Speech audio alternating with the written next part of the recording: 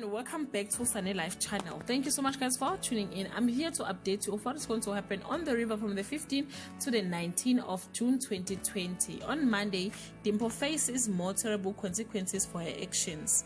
Lindiwe wins back Emma and Zolani just in time for a fatal accident.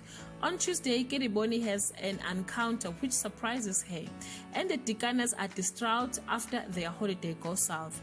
On Wednesday, Emma reveals something that could go or do irreparable damage to Zolani and Lindiwe's relationship. Kedibone found herself enthralled by a new suitor. On Thursday, Zolani decides to take matters into his own hand and go against the only mother figure he knows. Kedibone is unsure what to do with the feeling bubbling inside her. On Friday, Nsizwa and Kedibone dates lead to a heartbreak. Zolani gives the woman in their life the shock of their lives. Guys, this is all I have for today. You can leave your comment below and share your thoughts. Till we meet again, bye.